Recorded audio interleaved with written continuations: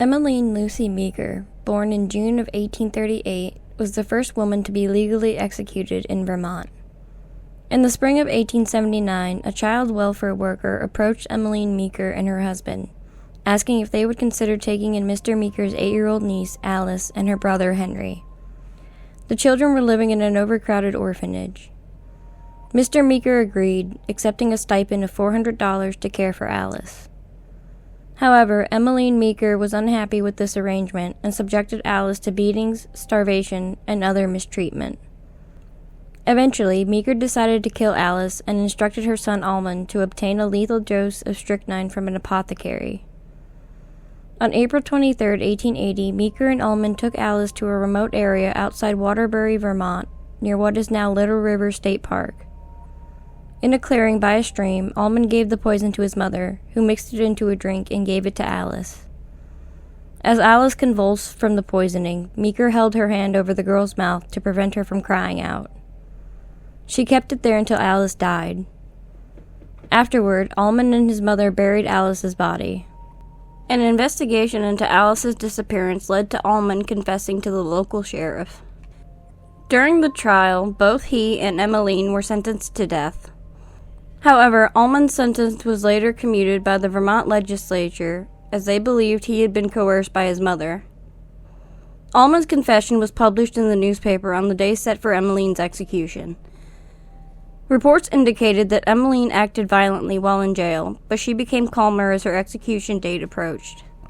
On the morning of her scheduled execution, March 30th, 1883, Emiline Meeker ate a hearty breakfast consisting of a large beef steak, 3 potatoes, a slice of bread and butter, a piece of meat pie, and a cup of coffee. At her request, she then went to view the gallows, commenting that it wasn't as bad as she had imagined. She sent a message to her husband through the sheriff and later had lunch, which included 2 boiled eggs, 2 slices of toast, 1 potato, 1 donut, and another cup of coffee. Over 125 spectators gathered in the prison guard room at the Vermont State Prison in Windsor County, and the sheriff received numerous requests for passes to witness the hanging. When Meeker was brought to the gallows and asked via written note, as she was deaf, if she had any final words, she softly replied, "May God forgive you all for hanging me, an innocent woman. I am as innocent as that man standing here," pointing to a deputy. None of her family attended the execution, and her husband and children did not claim her body for burial afterward. Mary Elizabeth Bach was born in Germany in the 1840s. As a child, her family immigrated to the United States. Little is known about her early life, but after her first marriage ended, with her husband's disappearance during the Civil War, where he was presumed dead while fighting for the Union Army, she remarried Charles Bach, another German immigrant. The couple settled in Wood County, Ohio, and had 3 children, Carl Jr., Mary, and Catherine. Following the Panic of 1873, the Bach family's farm faced financial difficulties. During this time, Carl's behavior became increasingly abusive towards Mary. Since Mary had financially contributed to the purchase of the farm, Carl couldn't legally sell the property without her consent, which she refused to give. In response, Carl began physically abusing her in an attempt to intimidate her into agreeing. Neighbors reported several instances where Carl expressed a desire to kill Mary. In early fall of 1881, Mary successfully convinced authorities that Carl was a threat to her life, leading to his arrest. He was held in custody for 18 days, and upon release, Mary filed a restraining order against him, effectively barring him from their home. When Carl tried to return, Mary locked him out, forcing him to sleep in the barn. During this period, Mary sought to secure a divorce. On October 10, 1881, Carl Bach entered the family home and started a violent argument with Mary. After some time, he left briefly and returned with a corn knife. Carl then attacked Mary, stabbing her 41 times and severing 3 of her fingers.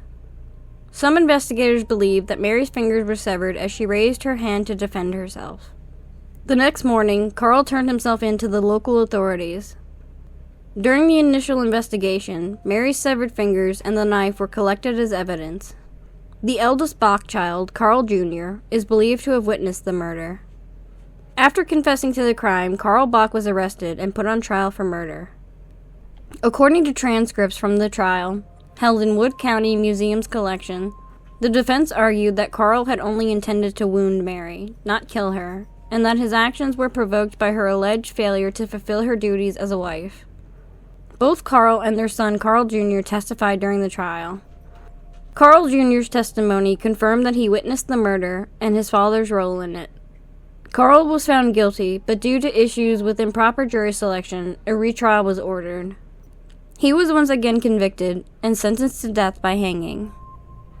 Carl Bach was executed on October 12, 1883, marking the second and final hanging in Wood County. After the execution, Carl's noose, the murder weapon, and a jar containing Mary's severed fingers were displayed at the Wood County Courthouse. During both trials, the defense argued that Carl believed his treatment of Mary was justified due to her perceived failure to be submissive. In his testimony, Carl disparaged his wife, calling her a lazy animal with a loose mouth. Initially, public reaction to the murder largely overlooked Mary, instead centering on Carl or the trauma experienced by their children who witnessed the crime.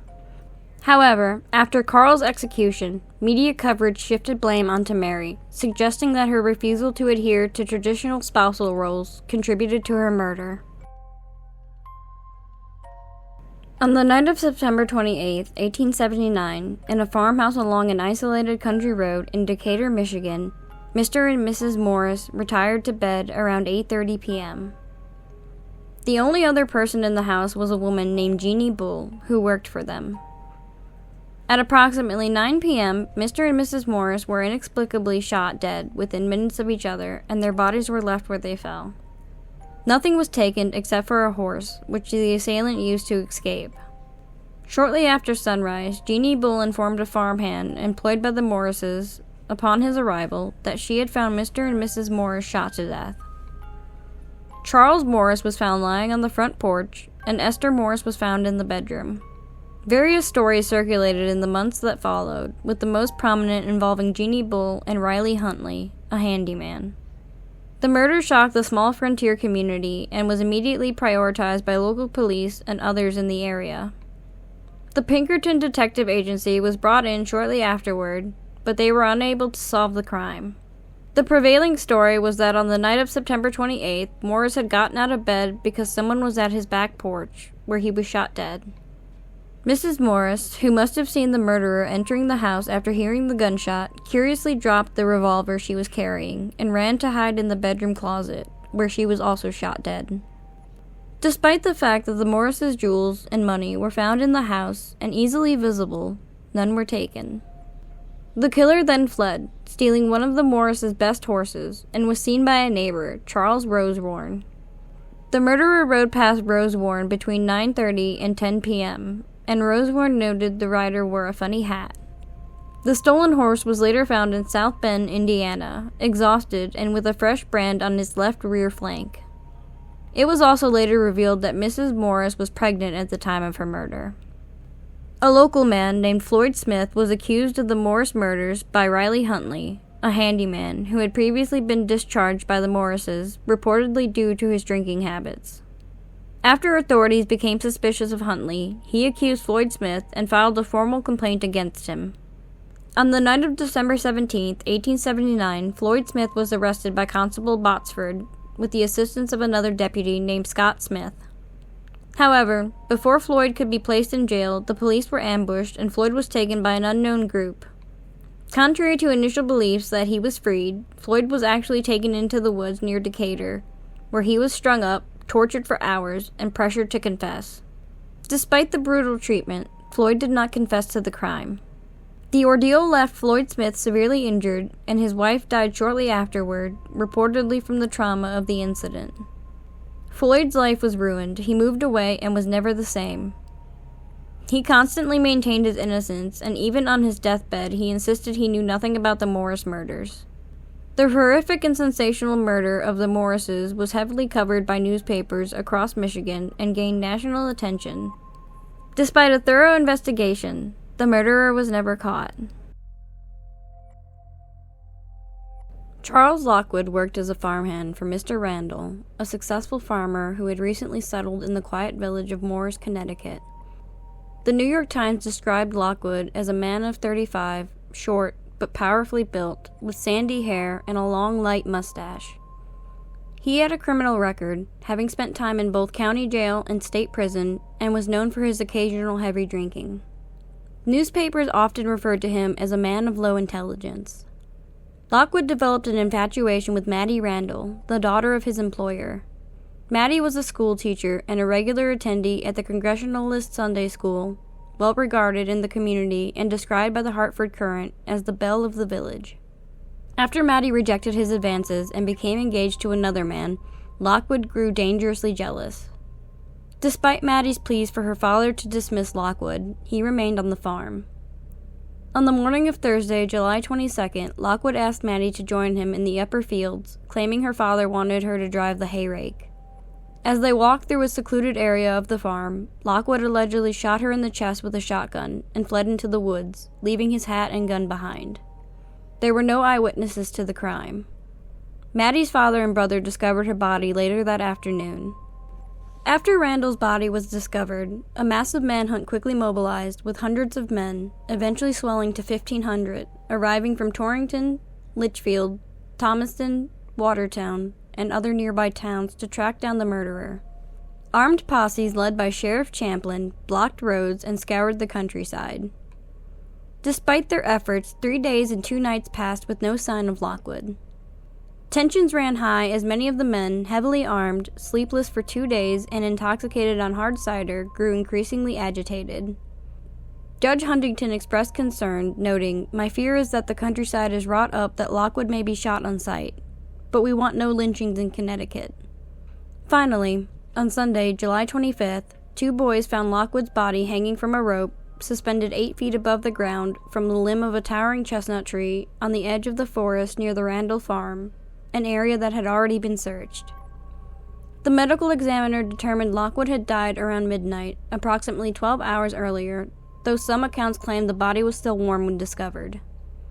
It was speculated that Lockwood had hanged himself after realizing the searchers had closed in too tightly for him to escape.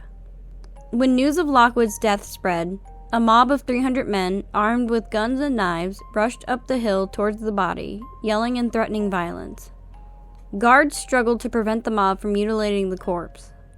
The body was eventually removed to a shed before being placed in a coffin and taken to Litchfield. There was widespread belief that the body would be dissected, as it was rumored that if Lockwood's father, William Lockwood, did not claim the body, and it was not expected that he would, the town would bury it.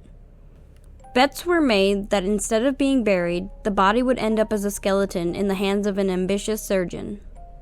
Lockwood's body showed several non-lethal injuries, including a burn as large as a teacup and scorched clothing on his chest, likely caused by a gunshot. Newspapers speculated that the injuries might have been from a failed suicide attempt or an accidental discharge of his shotgun. His throat also bore a cut, possibly another suicide attempt, with a broken knife found among his belongings. Lockwood was believed to have stolen food and the hanging rope from a barn owned by George Johnson, though the missing rope was only reported after the body was found on Sunday morning. In the aftermath of Lockwood's death, the area was swarmed by tourists eager for souvenirs. They sought out items like pansies planted by Miss Randall and pieces of bark from the tree where Lockwood died. One woman even managed to obtain a piece of his shirt, and a local farmer sold the hanging rope for $1.